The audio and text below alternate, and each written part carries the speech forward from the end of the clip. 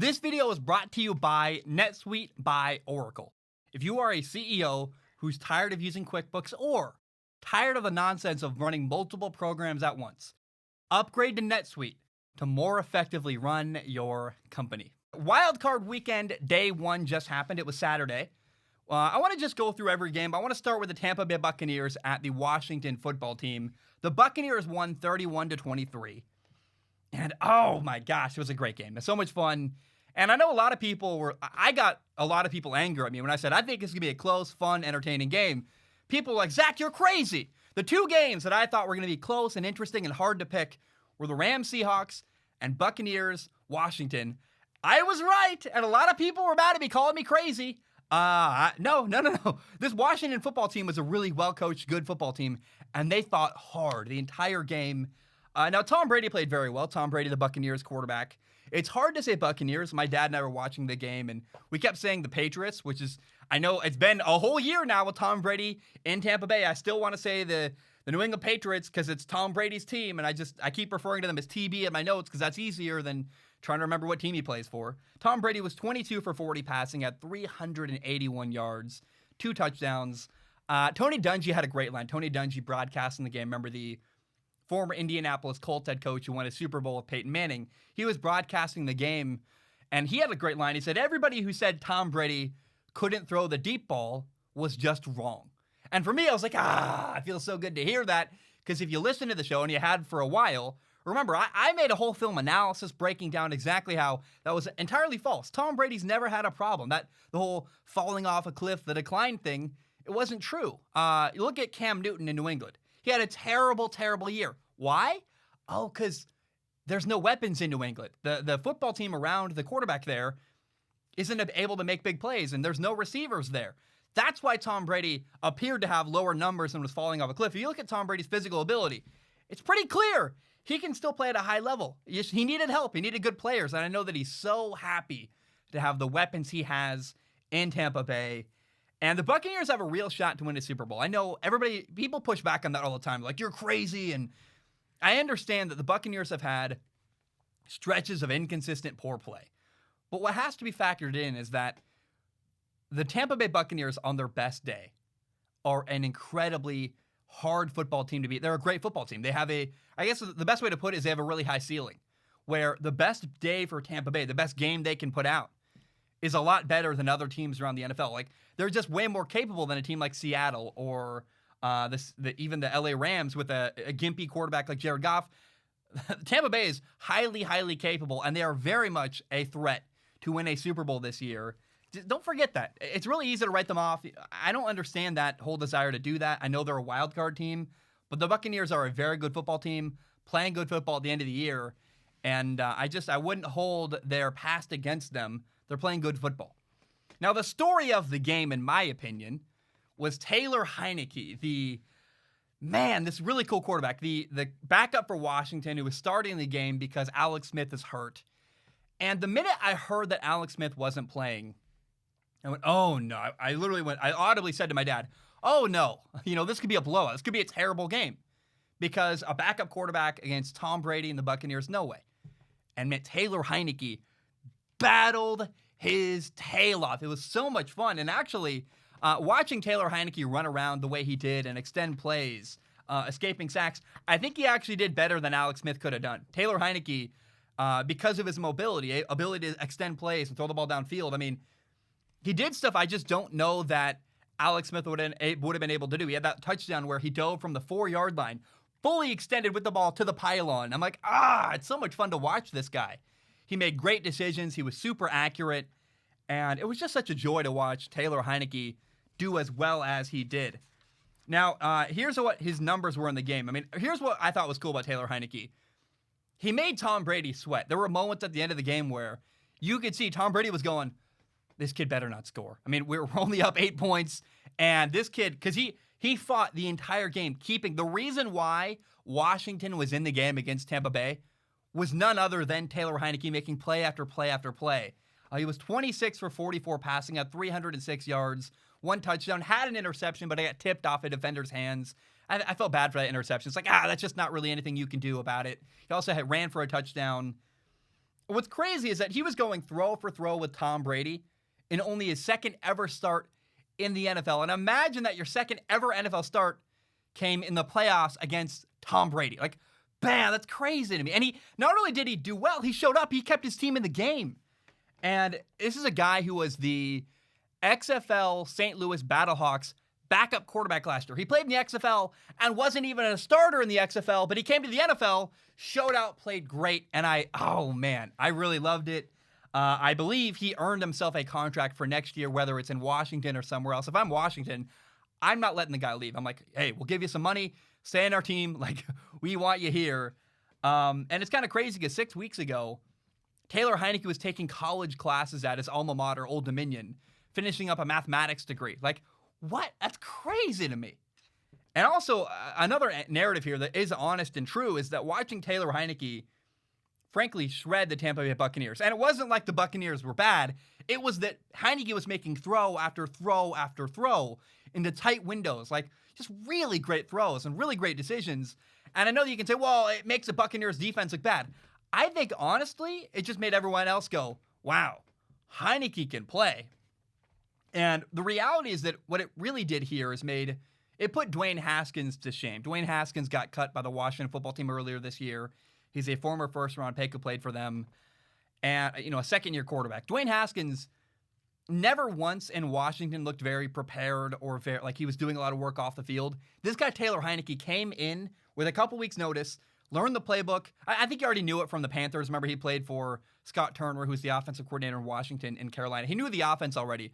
But my point is, he looked way more prepared than Dwayne Haskins ever looked, and that's not good. That a first-round quarterback got embarrassed by Taylor Heinicke playing way better than he could.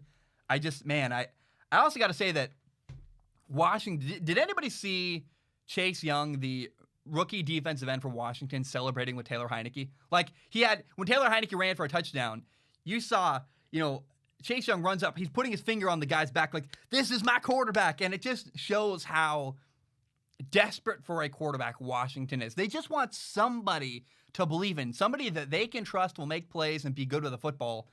And, man, I'll tell you, I don't know if – I couldn't tell you whether or not Taylor Heinicke was a one-hit wonder. There are guys who occasionally have a great game, and you just never hear from them again. Matt Flynn had an amazing game a couple years ago in the Week 17 game between the Packers and I think the Lions, I believe. Got a long contract in Seattle, then got beat up by Russell Wilson. The rest of the history of Matt Flynn is forever forgotten. But I will say that what we saw from Taylor Heinicke, if he can ever do that again, that's legitimately good football. Like, this is not an example of a guy who got lucky a couple times, threw some screen passes, had a couple handoffs, and played very well. No, Taylor Heinicke was making throw after throw after throw into tight windows, making great decisions. And I don't know if he can do it again. I hope he can. I like Taylor Heinicke. There's no guarantee he's going to be a great NFL quarterback from this point on. But what we saw on Saturday was, without a shadow of a doubt, really good high-level quarterback play. And, oh, my God, it made me so happy. I love watching the guy play and do well. Cool story and a cool guy. Now, the Rams at the Seattle Seahawks in Seattle, the Rams won 30-20. And so the Rams won. And I got a lot of hate for even giving the LA Rams a chance in this game. I didn't pick the Rams to win. I picked Seattle to win because it felt crazy to pick the Rams. Like, there's no way a backup quarterback and Russell Wilson, like, they're not going to lose to the Rams. And they did.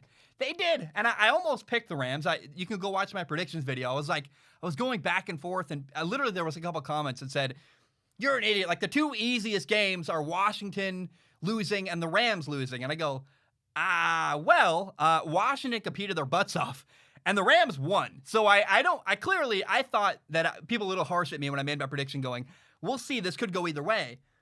And the story of the game was the Rams defense. They are outstanding. The Rams defense is phenomenal. Their secondary is really good. I mean, there were just moments where Russell Wilson's dropping back and there's just nowhere to throw the football over and over again. The guy only had 11 completions on that day, and partly that's because the Rams defense is just really, really good.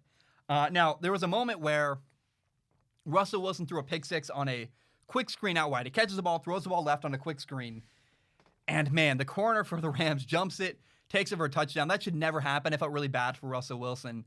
It's just the receivers got to block the defender there and not let them undercut the ball and get a pick six. I felt really bad. Like the broadcaster Troy Aikman kept saying like that's not a dangerous throw. That should never be a pick six, and he's right. It never should be. You never once throw a quick screen thinking like this is a dangerous throw. Might get picked off.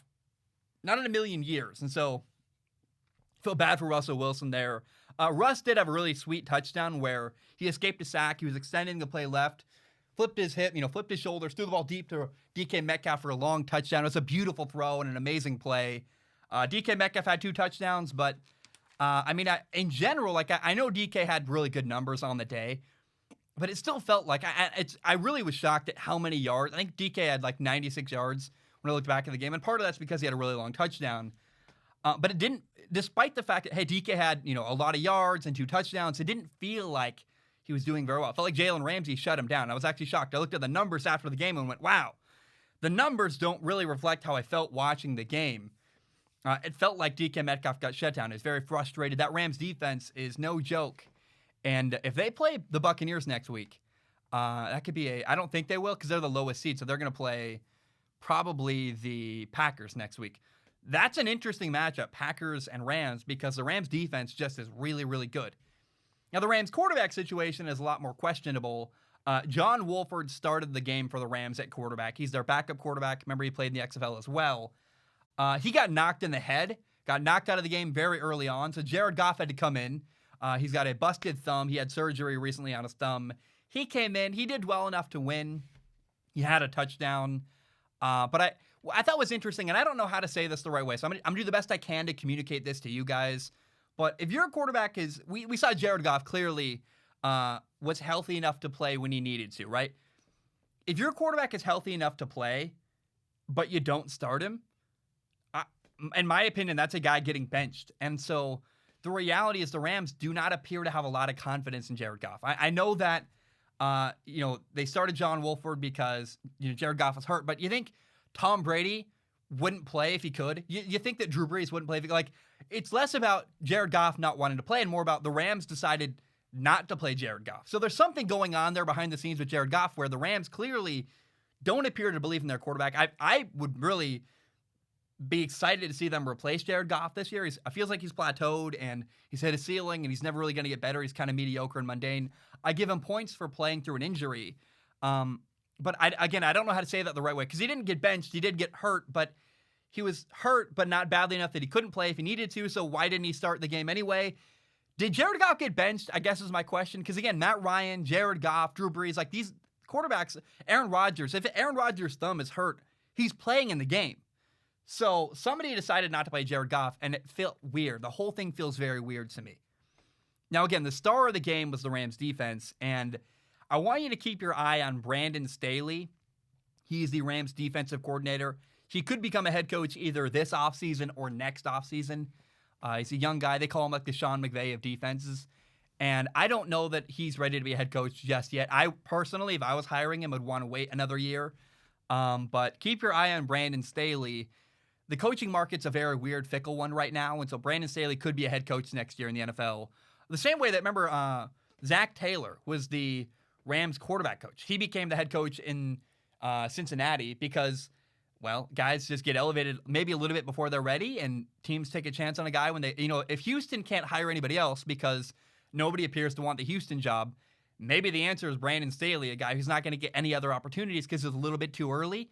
A team like Houston, who might not get any other coaching candidates, might make a move for Brandon Staley because they're desperate, and Brandon Staley's not going to get any other opportunity at this point early on in his career. Well, let's talk about the Colts and the Buffalo Bills.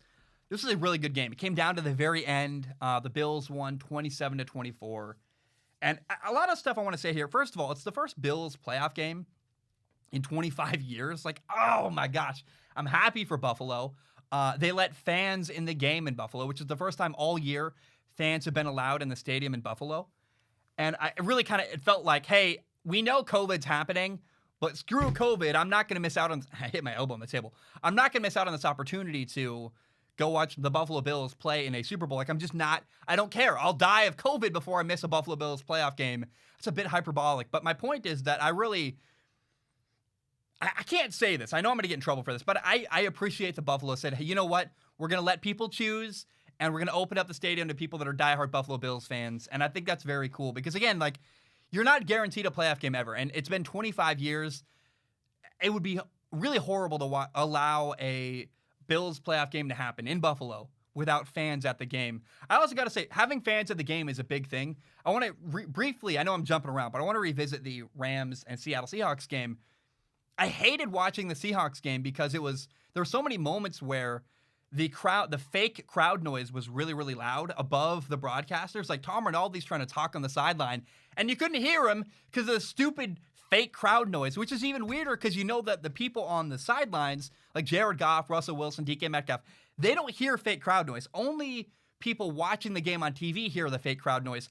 I hate it so much. I'd rather honestly hear the noise of people on the sideline or people at the line of scrimmage yelling. You know, DK Metcalf was going crazy at one point on the sideline. We couldn't hear the guy at all because of the fake crowd noise. And a friend of mine from high school plays for the LA Rams, and I'm going to wait till he retires to ask him this question, but I want to have him on the show someday to be like, hey, what's it like to play a playoff game with an empty stadium? I know the NFL doesn't really want him to answer that question just yet. There's a reason why you haven't heard anybody complaining about it. But I'm so desperate to know, like, what's it like to play an NFL game, albeit a meaningful playoff game, a meaningful NFL game, where there's nobody in the crowd and you can hear everything. It sounds like an empty gymnasium or an empty gym. I'm like, I want to hear what that sounds like and what it's like to play in that circumstance. And I just hated the fake crowd noise in the Seattle Seahawks Rams game. Now back to Buffalo. The Bills won 27-24. First Bills playoff game in 25 years. Screw COVID. They bring the fans into the stadium. I love that.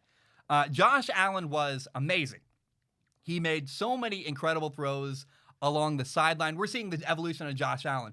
I feel like every time I watch the guy, I'm more and more impressed. And actually, watching Josh Allen makes me really feel good about Justin Herbert, because when you have a guy who's literally a big physical athlete, football is easier. You watch Patrick Mahomes, part of the way Patrick Mahomes navigates the pocket and he does stuff that looks easy is because he's literally bigger than everybody else. It's like an action figure playing with, you ever play with Rescue Heroes as a kid? Like, Rescue Heroes were like a lot bigger action figures than like a lot of the other smaller ones. It's kind of like watching a Rescue Hero play with other smaller action figures where you're like, man, this guy's just bigger than everybody else. And I'll tell you what, Josh Allen just blows me away every time I watch the guy. And I know Rescue Heroes is a deep cut. Nobody knows what the hell I'm talking about. But I felt blown away. I'm like, man, Josh Allen is so easily escaping sacks and extending plays and throwing the ball downfield and making pinpoint throws into tight windows. I'm like, oh my goodness. It's unbelievable. He had he had all three of the Bills' touchdowns in the game. He had 2 passing, 1 rushing. And Josh Allen's the story of the game. Like, he played phenomenal, played great. Stephon Diggs had 6 catches for 128 yards and a touchdown. And here's why the Colts lost, in my opinion. I feel bad for the Colts a little bit because it's anytime a team's season comes to an end and frankly, a really good football team comes to an end, I go, oh, that's sad and heartbreaking. And it may or may not be Phillip Rivers' last game ever in the NFL. But the Colts got stopped on a 4th and goal. And then they also missed a field goal where Rodrigo Blankenship kicked it up off the right upright and it fell for a missed field goal. So they missed a field goal. They got stopped on 4th and goal. Like, the Colts had opportunities and they didn't take advantage. And so this could be the end of Phillip Rivers' career. I don't know. It feels like they could bring him back. Here's the stat line for Phillip Rivers from this year. If this is his final year, it's like the best final year ever, where he had 4,169 yards passing, 24 touchdowns, 11 interceptions. It does feel like Phillip Rivers has got more good football in him. Whether that's in Indianapolis or not, we'll find out. I am curious what the Colts are going to do moving forward. We could see they trade for Carson Wentz. We could see, I don't know what the Colts are going to do. But I got to say this too. I love Frank Reich, the head coach in Indianapolis. It feels like he's going to be there for a long time. I'd be very surprised if he wasn't. If 5 years from now, Frank Reich is not in Indianapolis, I'd actually be shocked. He feels like a Pete Carroll or a John Harbaugh in Baltimore. Like, he's a guy who is clearly a good head coach, who his players love him. He's very competent, coaches at a high level. And I think, personally, Frank Reich is going to be there for a very, very long time. Now, one kind of fun final note about Frank Reich. He's the Colts head coach. He also used to be the Buffalo Bills backup quarterback, which is so cool to me. He backed up Jim Kelly. He actually played in a Super Bowl for the Buffalo Bills at one point. And it's just kind of cool. Like he coached against this former team in their first playoff game in 25 years. Like the former Buffalo quarterback is coaching against Buffalo in the playoffs. Just a weird, fun thing to me. I enjoyed that. And I like Frank Reich a lot. I don't know what the Colts are going to do at quarterback, but I'll tell you what. I think I'm going to cry. If the Bills win a Super Bowl, I'm a guy who, shamelessly, I cry very easily. I watched a Disney movie, Soul, the other day. Bawled, and within the first 4 minutes, I was just bawling my eyes out about this teacher who wants to be a jazz musician, just fighting for his dream. And so if the Buffalo Bills win a Super Bowl, I personally, I'm going to lose it. It's going to be really exciting, really cool to see that city get a Super Bowl. Like, oh man, I'd be so happy for Buffalo. And we'll see it, man. I think the Bills are capable of winning a Super Bowl. We'll see what they can do moving forward, but I'm excited for the future of Buffalo. Whether they win a Super Bowl this year or not, it feels like they're a very good football team. It's going to be around for a long time. And again, the Buccaneers won. The Rams won, surprisingly, which I wasn't shocked by, but a lot of people were like, that's not going to be a close game. And the Bills won their first playoff game. And really, they had the first playoff game in 25 years. They just happened to also win that game. Good for Buffalo, good for Tampa Bay, and good for the Rams. I'm excited for day 2 of the Wildcard weekend. As I talk right now, the Ravens and Titans are playing. I'm going to talk about that tomorrow. Hope you enjoyed my segment on day 1 of Wildcard weekend.